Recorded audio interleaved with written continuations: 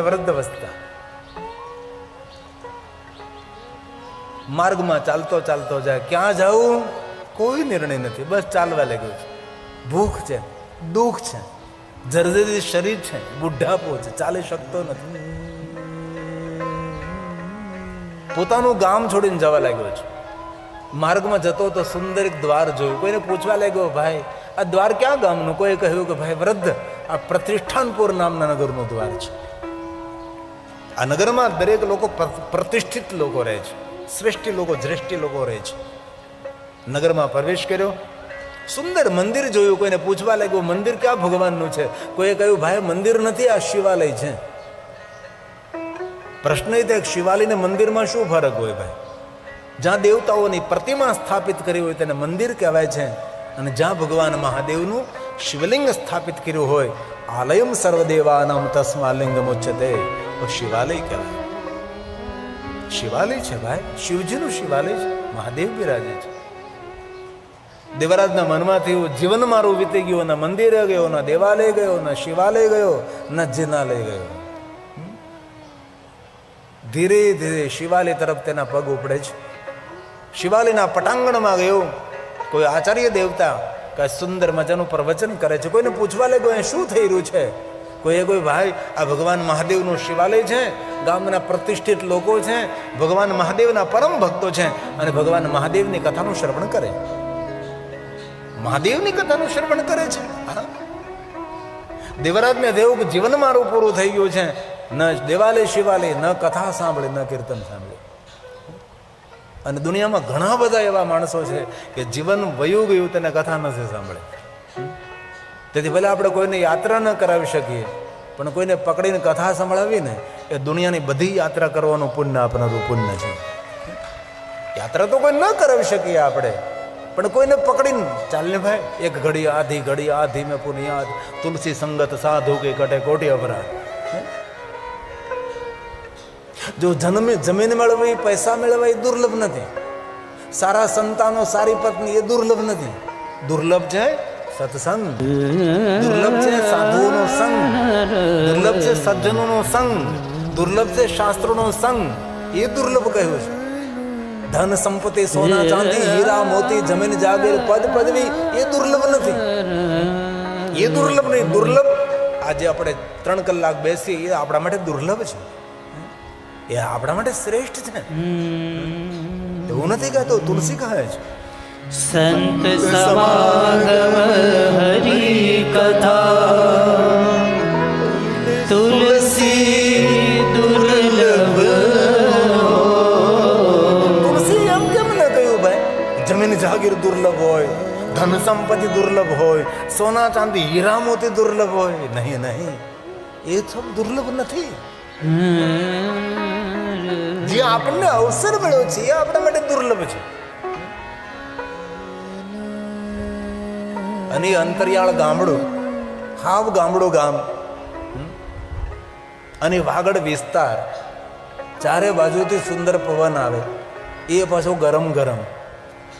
અને વાગડ વિસ્તારમાં, વગડામાં આપણને કથાનો લાભ ઉપાયો એ રાઠોડ પરિવાર દિનેશભાઈ. ભલે બહાર ધોમ ધકતો તડકો છે, પણ કથા તો ઠંડક આપનારી છે, કથા તો શીતળતા આપનારી છે, કથા તો શાંતિ આપનારી છે. કોઈ આપણને પૂછે કથા શું આપે? શાંકરો પરમામ કથામ, કથા શાંતિનું દાન કરે છે, અને શાંતિ વેચાતી ન મળે.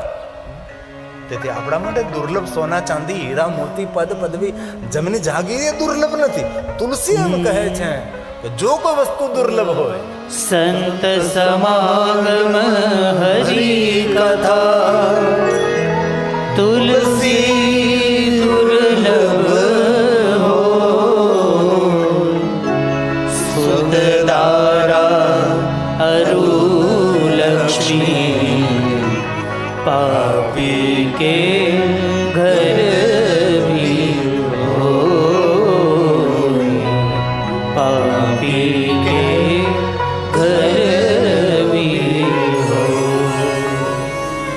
કથામાં જઈને બેસી ગયો છે. કથામાં ચિત્ત નથી, કથામાં ભાવ નથી, કથા પ્રત્યે કોઈ આદર પણ નથી. બસ શિવાલય હતું, કોઈ આચાર્યજી કથા કહેતા હતા, અને તેને સાંભળવું લેવું કે ભગવાનની કથા હોય ને ખાવા મળે, ભોજન મળે, પ્રસાદ મળે. તેમને થયું કે કથા પૂરું થશે એટલે મને કાંઈ ભોજન મળશે.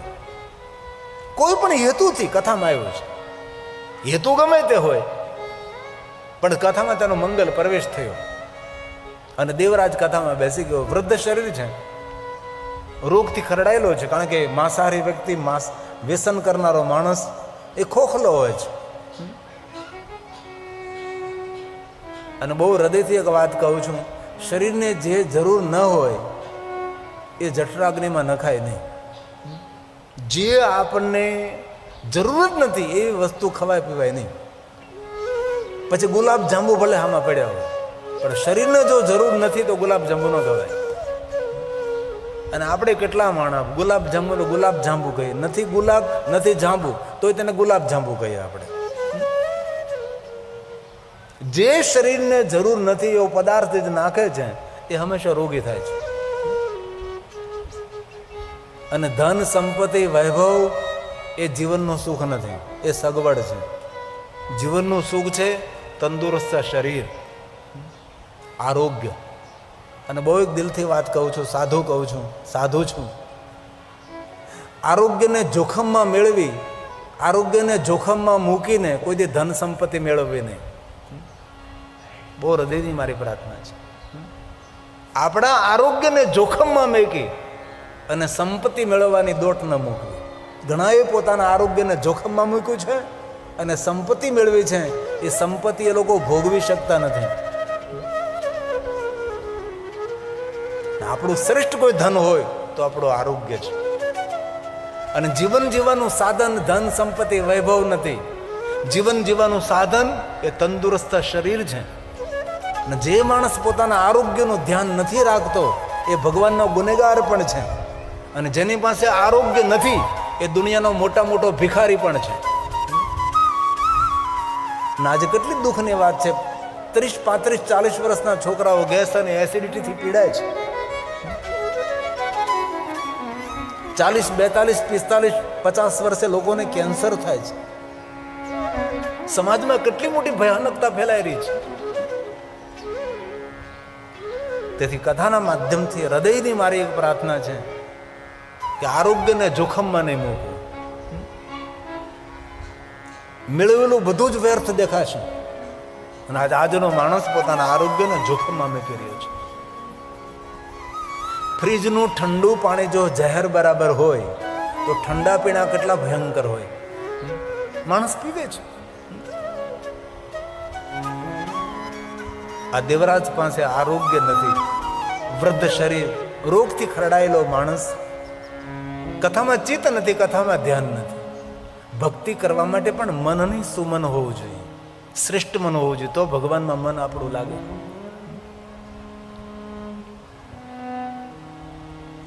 કથા સ્થળે ધીરે ધીરે શ્વાસની ગતિ અટકવા લાગે છે, શ્વાસની ગતિ રૂંધાવા લાગે છે.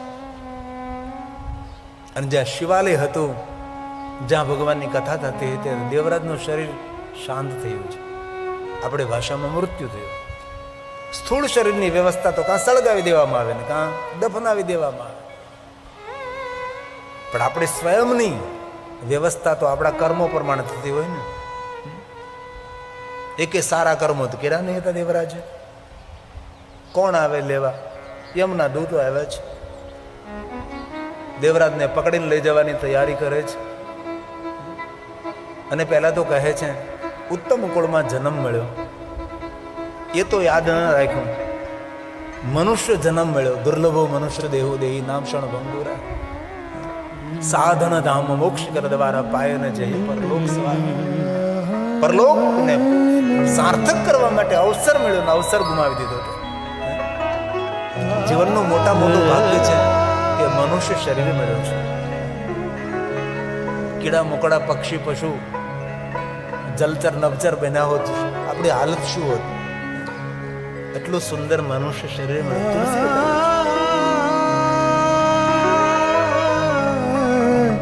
બડે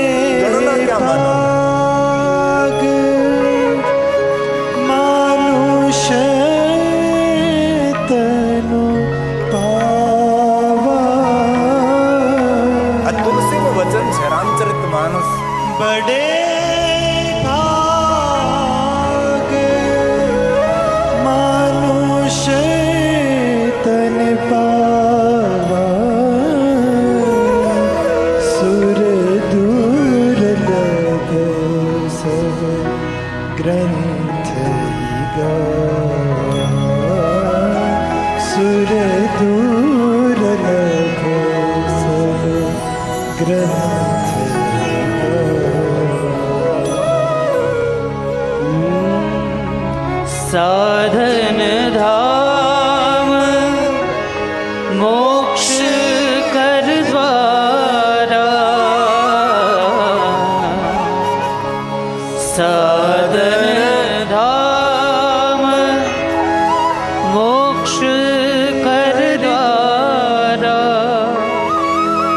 पाई न जेहि परलोक सवारा पाई न जेहि परलोक सवारा। इसलिए अवसर मिला, लेकिन अवसर हाथ में से चला गया। યમના દૂતો દેવરાજને ઠપકો આપે છે અને કહે છે, અમે તમને યમરાજા પાસે લઈ જઈશું. 28 પ્રકારના નરકોની સજા ભોગવવાની છે. શિવ મહાપુરાણ ગ્રંથમાં નરકોનું વર્ણન છે. નરક બોલવું સહેલું લાગે, પણ એનું વર્ણન આપણે શાસ્ત્રોમાં સાંભળ્યું તો આપણે થાય કે આવું બધું છે.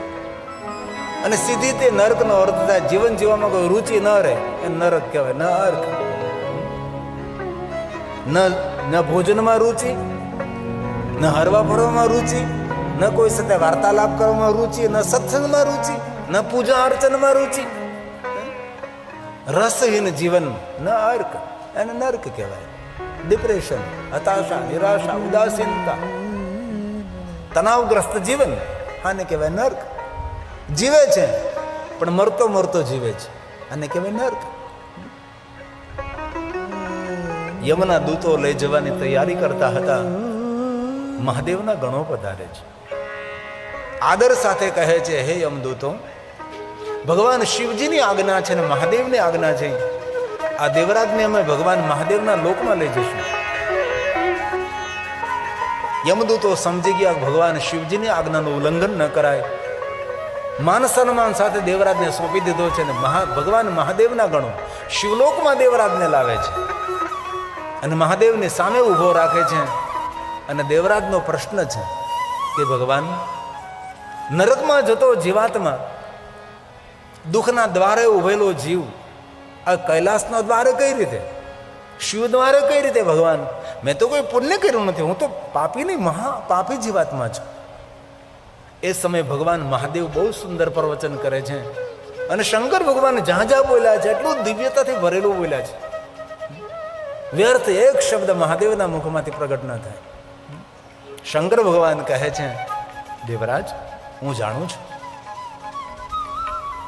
આ જન્મમાં તો પુણ્ય નથી કર્યા, પૂર્વ જન્મમાં પણ તે કોઈ પુણ્ય નથી કર્યા, પણ દેવ યોગે તારો જન્મ સંસ્કારી માતા પિતાને પેટ થયો છે અને મારા પરમ ભક્ત તારા માતા પિતા તને મળ્યા છે. સાંભળ દેવરાજ, તારું જીવન પૂર્ણ થવાના આરે અંત સમયે જ્યાં મારું શિવાલય હતું ત્યાં તું પહોંચી ગયો અને શિવાલયના પટાંગણમાં શિવ મહાપણ કથા ગવાતી હતી ત્યાં તું પહોંચી ગયો અને શિવાલય ભગવાન મહાદેવની કથામાં પહોંચવાનો ભગવાન મહર્ષિ વેદવ્યાસ એમ કહે છે કે તેના માતા પિતાનું પુણ્ય હતું. અને ભગવાન મહાદેવ પણ કહે છે કે તારા માતા પિતાના પુણ્યના ફલ સ્વરૂપે અંત સમય તું શિવાલય પહોંચો અને જ્યાં અમારી કથા ગવાતી હતી ત્યાં તું પહોંચી ગયો અને તારા માતા પિતાનું પુણ્ય છે. અને સાંભળ દેવરાજ, જે કોઈ મનુષ્ય મહાદેવની જે કોઈ મનુષ્ય શિવ મહાપણ કથાનું શ્રવણ કરે છે એ પાપી હોય કે ન પણ પાપી હોય એ મુક્તિનો અધિકારી છે. આ શ્લોક સ્વયં મહાદેવ બોલ્યા છે. શંકર ભગવાન સ્વયં દેવરાજને કહે છે કે દેવરાજ સાંભળ, ધન્ય શિવ પુરાણસ્ય કથા પરમ પાવની. જગતને પાવન કરનારી, મનુષ્ય માત્રને ધન્ય કરનારી, શ્રવણ કરવા માત્રથી મનુષ્ય મુક્તિને પ્રાપ્ત થાય. યસ્ય શ્રવણ માત્રેણ પાપીયાનપી મુક્તિ. ભગવાન શંકરજી મુક્તિ આપનારા દેવ છે. પછી પાપી હોય તો પણ ભલે, ન પણ પાપી હોય તો પણ ભલે, જે મહાદેવની કથા સાંભળે છે એ મુક્તિનો અધિકારી છે. ભગવાન વિષ્ણુજીએ શિવ મહાપણ ગ્રંથની અંદર દેવતાઓની સામે મુક્તિનો અર્થ કર્યો છે. મુક્તિનો કોઈ એક અર્થ નથી કે મર્યા પછી જ કોઈ ગતિ થાય એને મુક્તિ. ભગવાન વિષ્ણુજી દેવતાઓને કહે છે કે દેવતાઓ, મુક્તિનો અર્થ છે સ્વતંત્રતા. પરાધીનતા નહીં, પરતંત્રતા નહીં, બંધન નહીં. ભગવાન સ્વયં વિષ્ણુજીએ દેવતાઓને મુક્તિ માટે અર્થ સમજાવ્યો છે. આપણે તો મુક્તિ શબ્દ સાંભળીએ એટલે મેરા પછી કોઈ ગતિ થાય એને મુક્તિ કહેવાય. નહીં નહીં, મુક્તિનો અર્થ થાય છે બંધનમાંથી છુટકારો, સ્વતંત્રતા, પરાધીનતા, પરતંત્રતા નહીં. રોગમાંથી મુક્તિ, कर्जेमें मुक्ति, चिंताओं से मुक्ति, छुटकारो. ભગવાન વિષ્ણુજીએ મુક્તિનો એટલો મોટો વિસ્તાર કર્યો છે ને આપણે તો એટલું સમજી બેઠા કે મુક્તિ એટલે મેરા પછી કોઈ ગતિ થાય. મેરા પછી શું થાય ખબર નથી. ઋષિ મુનિઓ એમ કહે કે ભાઈ આ બધા અનુમાન છે, અમે મારી ધારણા પ્રમાણેનું વર્ણન કરીએ છીએ. તેથી શું મહાપડ ગ્રંથમાં ભગવાન મહાદેવ સ્વયં કહે છે કે પાપી હોય પણ ન પણ પાપી હોય સૌ મુક્તિના, પાપમાંથી મુક્તિ મળે, દુઃખમાંથી મુક્તિ મળે, વ્યાધિમાંથી મુક્તિ મળે, ઉપાધિમાંથી મુક્તિ મળે, ચિંતામાંથી મુક્તિ મળે. માણસ મુક્ત થવાનો તડપડી રહ્યો છે, મને મુક્તિ મળે, મને છુટકારો મળે. ભગવાન સ્વયં મહાદેવ કહે છે કે જ્યાં મારી કથા ગવાતી હોય ત્યાં કોઈ મનુષ્ય પોતાનો પગ મૂકે એ પણ પરમધામનો અધિકારી છે. આ શ્લોક પણ સ્વયં મહાદેવ બોલ્યા છે. સદાશિવ મહાસ્થાન પરમ ધામ પરમ પદમ. પરમ ધામ પરમ પદ પામનારું આ કથા સ્થાન છે. જ્યાં ભગવાનની કથા થતી હોય ત્યાં માણસ પ્રવેશ કરે એ મનુષ્ય પરમધામનો અધિકારી છે. ભગવાન મહાદેવજી આ દેવરાજને મુક્તિ આપે છે અને ભગવાન મહર્ષિ વેદવ્યાસજી કહે છે કે આવો પાપ કરનારો માણસ પોતાના માતા પિતાના પુણ્યના ફલ સ્વરૂપે મહાદેવની કથામાં પ્રવેશ કરે છે, શિવાલયના પટાંગણમાં પહોંચે છે અને આ જીવાત્મા મુક્ત થાય છે. એક શ્લોકમાં દેવરાજના પાપનું વર્ણન કર્યું છે. માતૃ પિતૃ વધુવંતા, માતા પિતાને દુઃખ આપનારો છે, વધુવંતા. અને કેવા પાપ કરનારો આપણે તેનું વર્ણન ન કરી શકીએ. માતૃ પિતૃ વધુવંતા વૈશ્યાકામી ચ મદિરાપાન કરનારો કોણ? દેવરાજો દ્વિજસ્તત્ર ગત્વા મુક્તો ભવક્ષણા, ગત્વા મુક્તો ભવક્ષણા. પાપી માણસ અજાણતા ભાવહીન જો ભગવાનની કથાનું શ્રવણ કરતો હોય અને એ પાપી જીવાતમાં જો મુક્ત થઈ જતો હોય તો આપણે ક્યાં દેવરાજ જેટલા પાપો કર્યા છે.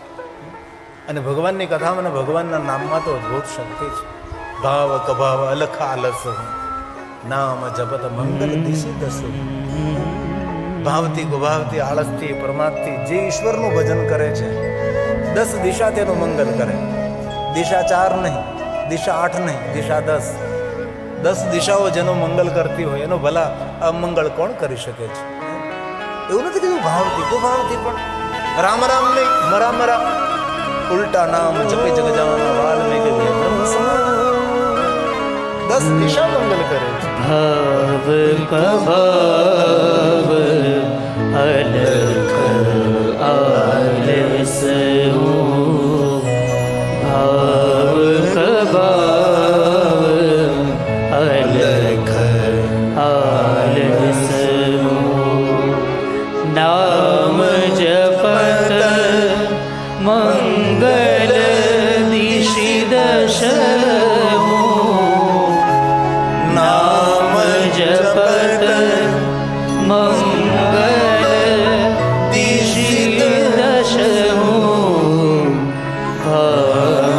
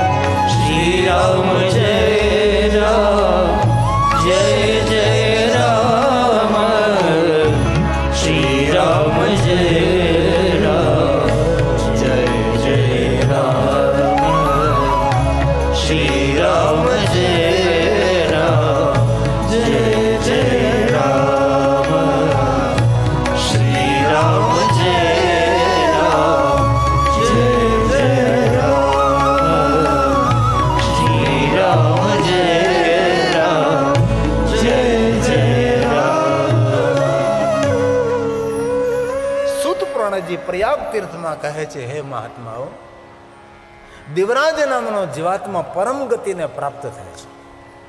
મહાત્માઓ કહે છે, અરે શુદ્ધ પુરાણીજી, કૃતાર્થોમ કૃતાર્થોમ.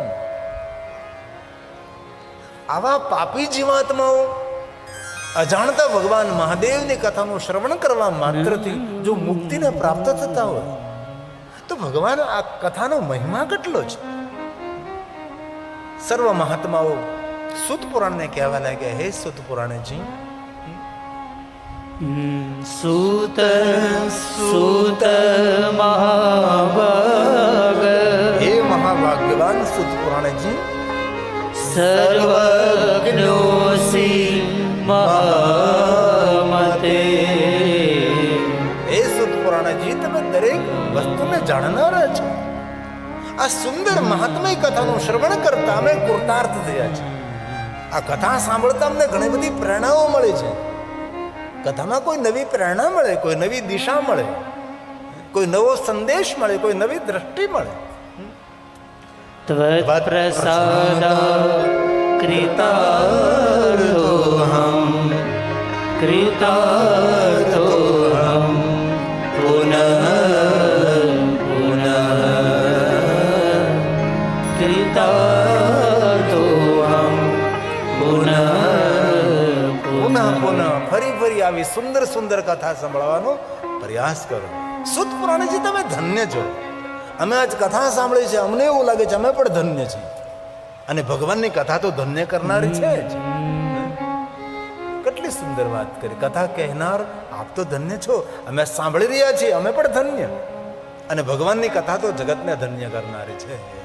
ધન્ય ધન્ય કથા શંભો. મહાદેવ, તમારી કથા ધન્ય છે. સ્તવં ધન્યો ધન્યેવ ચ યદા કર્ણેન માત્રેણ જે કોઈ સાંભળે છે શિવલોકં વ્રજેન શિવલોકં વ્રજેન. જે કોઈ કથા સાંભળે છે એ મહાદેવના લોકના અધિકારી છે. આવો સુંદર ભાવ પ્રગટ કર્યો છે. ના શિવ મહાપ્રણ ગ્રંથની પહેલી મહાત્મ્ય કથા પૂર્ણ થઈ.